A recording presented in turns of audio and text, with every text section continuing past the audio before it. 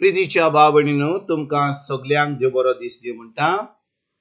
आयज ब्रेस्तार आयचें शिवर्तमान जावन आसा लुकाचो 24 वोड 35 ते 48 पर्यंत. लूक chapter 24 verses 35 to 48. आनी आतां आमी पयलें देवाचें उतर आयकुया. अशें उलयता थंयच आसतना खुद जेजू तांच्या मदकोत उबो जालो. ताणें तांकां म्हणलें, शांती तुमकां. घाबरून आनी भिवून आपूण पळयतात तो एक भूत म्हूण ती समजली. पूण ताणें तांकां म्हणलें, तुमी घाबरल्यात कित्याक आनी असले दुबाव तुमच्या मनान उपरासतात ते कित्याक? म्हजे हात पांय पळयात, तर हांवूच तो. सांसपून पळयात, म्हाका मांस आनी हाडां आसात म्हूण तुमी देखतात तशें भुतांक आसोनात. अशें उलोवन ताणें आपले हात आनी पांय तांकां दाखयले. खुशालकायेन बरोवन ती अजून दुबावताली आनी इतली थटाकलेली देखून ताणें विचारलें, तुमचे कडेन हांगा कितें तरी खावंक आसा? ताणें ताका भाजलेले मासळेचो कुडको दिलो.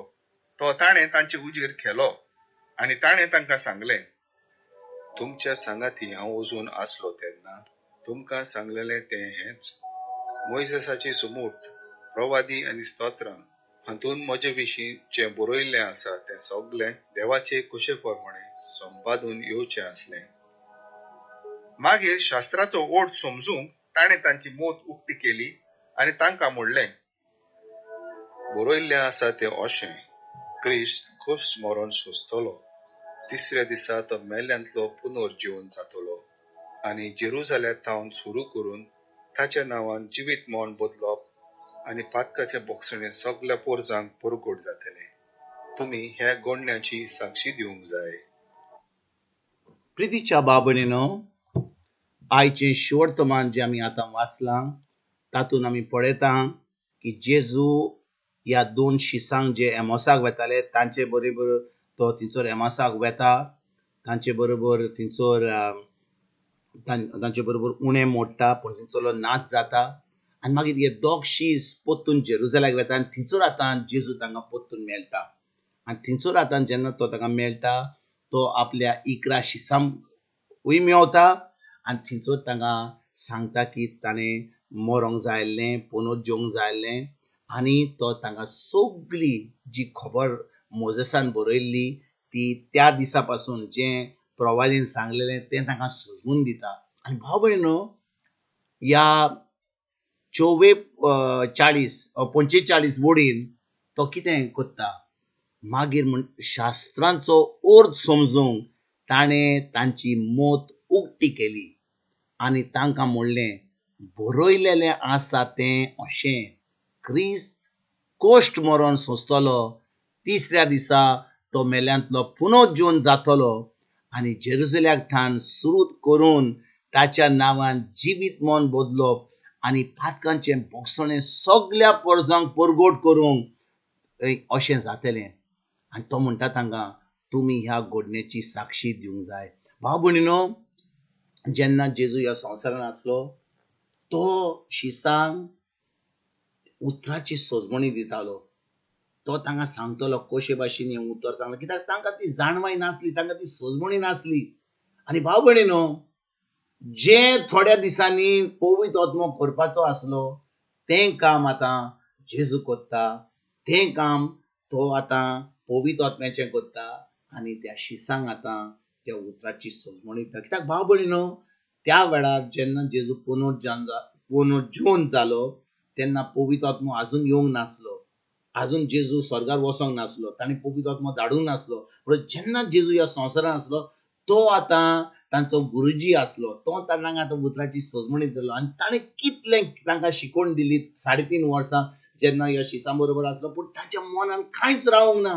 कित्याक हें काम जें जेजून शिकयलें तांकां आनी हें तांच्या मनान हाडपाचें काम तें जावन आसलें पवित्र आत्म्याचें. आनी भाव भयणीनो, आमी जाणो की पेंटकॉस्ट आयतारा दीस म्हणजे पेंटकॉस्ट संडे हय आमी म्हणटा की जेन्ना जेजू पुनर्जीवन जावन जेन्ना सोरींच्या बाबाचे कडेन गेलो ताणें सांगलेलें शिसांक, तुमी जेरुजाल्या कडेन रावात, थंयसर भायर वचूं नाका, कित्याक हो जो ही जी शक्ती ही जी पदवी तुमकां मेळटली ही पवित्र आत्म्याची पदवी आनी शक्ती मेळटली ती मेवच्या पयलीं तुमी भायर वचनाकात आनी ती शक्ती आनी पदवी येयली जेन्ना पवित्र आत्मो येयलो आनी भाव भयणीनो जेन्ना हो पवित्र आत्मो येयलो तेन्ना हे शीस आतां त्या शक्तीन भायर वचोंक लागले देवाचें उतर परगट करूंक लागले ते सांगूंक पावले सगळ्या लोकांक की जेजू ह्या संवसारान येवन तो आतां आमच्या आख्ख्या मनशा कोणाक मेलो ताणें आपलें रगत वारोयलें आनी पुनूच जेवन जावन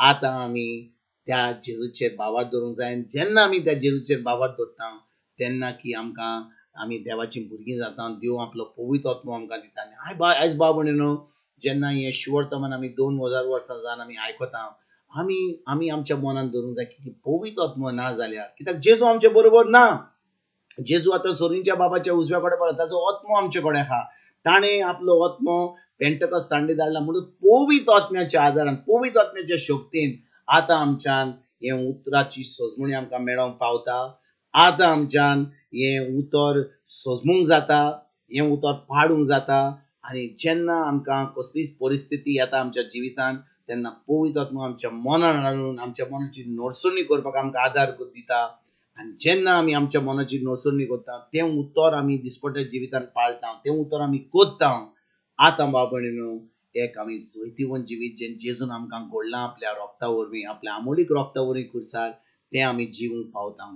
तर आयज भाव भयणीनो जेन्ना ह्या शिवर्तमाचे आमी नियाळ करता आमी जाणो की आतां देवान आमकां आपलो पवित्र आत्मो दिला आमी आमचे मागणे पवित्र आत्म्या कडेन करया आनी सांगया पवित्र आत्म्या तूं आमचो गुरुजी ह्या उतराची म्हाका सजमणी दी हें उतर म्हाका सोंपें कर ह्या उतराची म्हाका आतां जाणवाय दी आनी हें उतर आतां म्हाका दिसपट्या जिवन म्हज्या मनान हाडून म्हाका हें पाळूंक म्हाका तुजो आदार दी आनी जेन्ना आमी हें मागणें करता भाव भयणीनो पवित्र आत्मो सदांच विश्वासी देव आपल्या उतराक विश्वासी पूण आमकां जाय हें मागणें आनी ही जी खोशी देवाची आमच्या जिवितान करपाक आनी जेन्ना आमी देवाची खोशी करता ताचें उतर आमी पाळटा आतां आमी एक जैतिवंत जिवीत जियोंक पावता आनी दुसऱ्यांक पवित्र आत्म्याच्या आदारान बरी खबर दिवपाक दुसऱ्यांक बरी खबर सांगपाक आमी आतां फुडें सरता हेंच करपाक आयजतान आमी सुरवात करुया तुमकां आनी तुमच्या फॅमिलीक एक बरो दीस हांव येता आनी परतून तुमचे कडेन उलोवपाक फाल्यां हाजीर जातलो तुमकां सगल्यांक आमच्या सरोंडारा जेजूची कृपा आमच्या सर्गींच्या बापाचो मोग आनी पवित्र आत्म्याचो एकवट तुमकां आनी तुमच्या फॅमिलीक हांव आवडयता